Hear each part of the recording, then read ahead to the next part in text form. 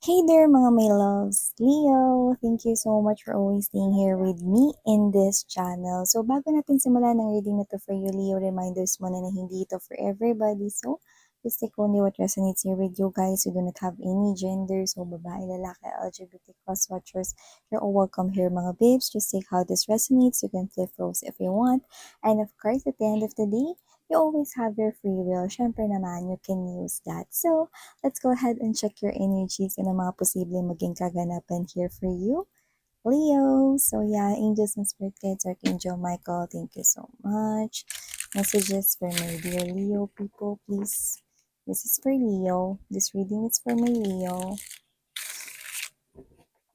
If you do have Leo placements, you can also watch this reading. Spirit and angel guides, Archangel Michael, messages for my dear Leo, please.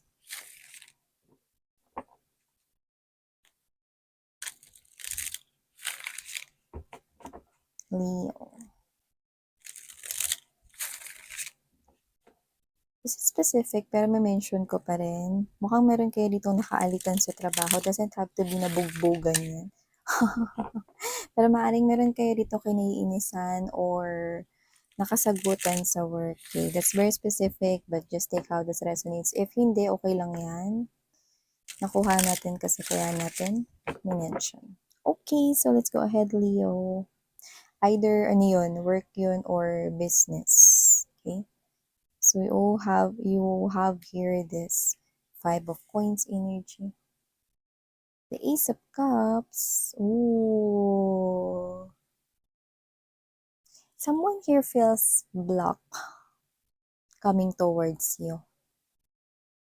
This is the energy here. Kung ex mo to, nahihirapan siya rito na makapasok na ulit sa buhay mo, lalo na kung meron na ritong taong papalit or meron ka na ritong kausap na nakikita mo as gusto mong entertainin here as new love, Leo.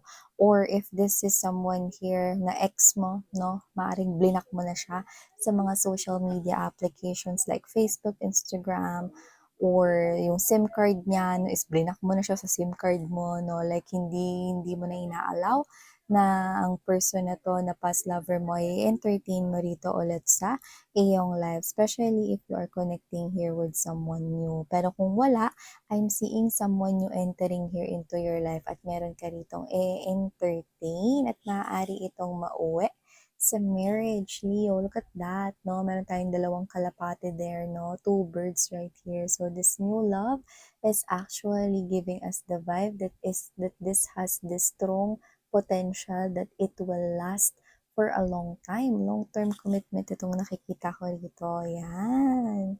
So, okay. Kung sino man yung ex mo ngayon, no, nakikita ko rito, na nakaka-experience siya rito ng challenges at issues pagdating sa trabaho niya. Pwedeng sa trabaho yun, or pwede rin naman na sa pera niya mismo. Yan. Sa financial niya medyo hindi maganda, medyo syongit ang lagay ng kanyang pinansyal, no? So, hindi ko alam kung bakit na-drawn rin yung attention ko dito sa bata. So, pwede meron kayong anak sa kanya or meron siyang anak. Okay? Could be single mom or single dad, but doesn't have to be. Kung wala mang anak, no, then the general message that I'm getting from this person here is para siya ritong bata na naghahanap na ng kalinga, ng pwede ritong um, kumupkop at umaruga sa kanya at ikaw yung nakikita niya. And if this is new love naman, no? Dalawang scenario kasi nakuha ko. Yung ex mo yung kaninang binanggit ko, no, in-explain ko, Leo. Pero may second scenario rin ako nakukuha. No? Kung hindi mo to ex, meron dito mga babes no, na nahihirapang mag-step ng 1 foot forward. No? At lumalabas siya rito na new love. Ibig sabihin gusto niya rito magpakilala, lumapit, makilala, makipag-get to know sa'yo, makipag-usap, hingin yung number mo, alamin yung Facebook, mga ganyan. So whatever the case may be, medyo hindi naman sa sa shy siya, no? Hindi naman sa shy siya. Actually, nakukuha ko rito na maaring nakakain lang siya rito ng nervyos or kinakabahan siya. Yan. Okay? Kasi I do see na kung sino man to, parang ngayon niya lang na-experience yung, although na-experience niya na magkagusto syempre before, na nagkaroon na rin siya ng mga crush at mga like na, pero iba yung pagdating sa'yo parang medyo mas malakas yung kaba. Maaaring ayaw niya magkamali kasi ng approach, 'di ba? So, yan, let's keep moving. Latag naman natin lahat. We have here the tower. Yeah, this is a beautiful tower, don't worry. I'm seeing that happening. Yung love life mo magbabago and it will unfold. Very beautiful ang kakalabasan niyan. Yun ang nakikita ko here. Yun, ako. Sabi ko sa inyo may problema yung kumo-connect sa inyo rito, eh. Kung ex mo 'to may problema siya rito 'no, sa trabaho 'no. So, puwedeng siya ay napagalitan or nakagawa rito ng trabaho, na-neglect or napabayaan niya yung trabaho na yun. So, hindi ko alam kung anong klaseng trabaho yun, pero nakita ko ritong pinagalitan siya ng kanyang superior or ng ng kung sino man yung parang ahead yung posisyon mo kaysa sa kanya. So, this person here is actually, nagsa-struggle siya rito pagdating sa pinansyal. Kung hindi naman ito boss, I do see 'no, na meron ditong responsibility kung saan dun napunta yung malaking parte ng pera or kita niya, 'yan. So, yung nakita ko rito, okey? Yeah, see? Told ya guys, Ace of Cups energy tower. This is a beautiful tower. Look at that. We have here the lovers. Someone here is coming towards you and you do not see this coming. Kung sino man to, pares kayo nakatalikod at lumalabas rito na parang you're mirroring each other. So this could be a strong twin flame connection here. Hindi to magiging madali, no? Itong connection ninyong dalawa. Pero nakikita ko na marami kayong pagdadaanan. Pero magkahawak ang inyong kamay, no? Parehas niyo yan sasalubungin at malalampasan niyo yung dalawa. So, nakikita ko na marami kayo ritong pagkakaparehas, no? And number 6, this is something here na nakikita ko na I'm hearing fertility, so whatever the case may be, ito na talaga yung taong makakasama mo, bubuo ng pamilya here, no? This person, you will bear a child, ninyong dalawa, and this person will be with you, no? Through thick and thin, through ups and down, Leo.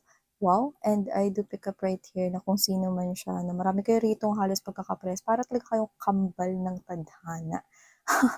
So, pag nagkwentuhan kayo, magugulat kasi kayo kasi yung mga pinagdaanan ninyo in the past 'no, may pagkakahawig. So, may pagkakahawig hindi lang yung sa mga experience na hindi maganda 'no, kundi yung mga example ganito, nung bata kayo parehas kayong, kunwari nadapa 'no, sa mga bato dun sa ilog or sa sapa 'no, same experience kind of thing, 'yan, may mga gano'n. So, yan nakikita ko here for you guys, yan. You're sharing here, the same flame 'no, at hindi magiging madali ito kasi ang twin flame journey hindi talaga madali yun mga babes 'no, pero bonggacious naman kasi mas pagtitibayin pa yung connection ninyo ng panahon 'no, hanggang sa dumating yung punto na wala ng kahit na anong pagsubok ang magiging mahirap rito para sa inyong dalawa. And we have here the 8 of Wands energy, 10 of Cups. Yeah, see, look at that. See, wish fulfillment, 9 of Cups energy, Leo. Wow, a lot of happiness right here. See, look at that. 9 to the 10 of Cups. Tuloy-tuloy rito talaga yung magiging kasiyahan mo. No? At hindi ko alam kung bakit lilipat. May paglipat rito ng lugar. So, hindi ko alam kung kayo ba ay lilipat ng lugar, like mag-move in sa place, no, like in a different place, pero maaaring dahil magpapamilya or magkakaroon na kayo rito ng married life, no, nakita ko rito na mag-move in kayo kasama na tong tao na to, no, saan man yan, no, and I'm picking up that there is some kind of communication here coming towards you, no, and it's something here, good news, may paparating rito na communication no, galing sa malayo, no? And I do pick up na kung ano man yun, good news yung paparating na yan, no? So, ito, specifically, no, kuha ko dyan, no, maaaring, yan ay may kinalaman rito ano to, sa lupain or parang sa pera, yan. So, hindi ko alam kung inheritance ba yun or gift yun sa'yo or investment mo yun pero nakita kong nagbunga or maganda yung balitang matatanggap mo diyaan. So yan, nakikita ko mag-a-apologize sa'yo to dahil nare-recognize na nitong past lover mo ang kanya ritong mistake sa'yo, no? Nakikita ko na mag-step siya ng 1 foot forward here pero may blockage ng communication. So, hindi ko nakikitang inaalaw mo yun na mangyari, pero susubukan niya. Kung tatanungin mo ko kung sincere ba ang kanyang energy sa paghingi ng tawad sa'yo, Leo, oo, nakikita ko yun dito, no? Pero, para bigyan siya ulit ng pagkakataon na magkabalikan kayo. Kung reading mo 'to, hindi ko nakikitang iaalaw mo na magkabalikan kayo kasi looking forward ka na sa new love. Meron ka mang ka-connect ngayon or wala, new love na ang gusto mo ritong pumasok at i-entertain sa buhay mo. Mas gusto mong gumawa ng action here in new love. At saka dito nakikita ko na ayaw mo ng puro salita, gusto mo may action. So kung sino man tong darating sa buhay mo, malinaw na yun yung gusto mong sabihin or hinihiling or hinihingi mo rito diretso kay universe, no? Kaya yun yung dumarating, no? Maaring yung past lover mo, no, is puro lang salita, walang action rito, no? Ikaw yung maraming maraming action na ginawa at effort na ginawa, no? Kaya ayaw mo na ng ganun. Kasi yun yung pinaka tinutumbok dito, eh. Parang yung ex mo, no, is puro kuda, puro salita, wala namang gawa. Yan, no? Nakikita ko rin dito mga babes, no, na meron dito na movement na gagawin yung kumpanya kung nagwo-work ka sa kumpanya, 'no? Meron ditong movement na gagawin yung kumpanya kung saan magpa-participate ka dun, sasali ka, jo-join ka, yun yung nakikita ko rito, 'no?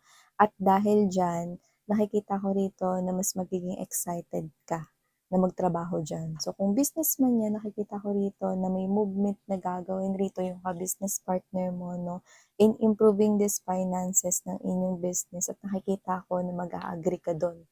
Magdadala yon mga babes ng magandang partnership na pagdating sa paglago ng pera ninyo, okay? Or kung katrabaho or company naman 'tong, um, pinagtatrabahuhan mo, nakikita ko na mag-o-open 'yan mga babes 'no, ng parang oportunidad 'no, for the employees to showcase their skills. At nakikita kong jo-join ka diyan kasi nakikita ko na una, interesado ka lang dun. Wala ka naman talagang as in tina-target na promotion, pero yun na yung magiging hakbang at hudyat na mapapansin na rito yung skills mo. Kasi meron akong nakikita rito na recognition pagdating rito sa trabahong ginagawa mo, 'no? At also, I'm seeing here na meron ditong mangungutang sa'yo. Leo, 'no? May mangungutang dito sa'yo, 'no? At, spirits are saying na kung sino man 'tong mangungutang sa'yo rito, 'no, medyo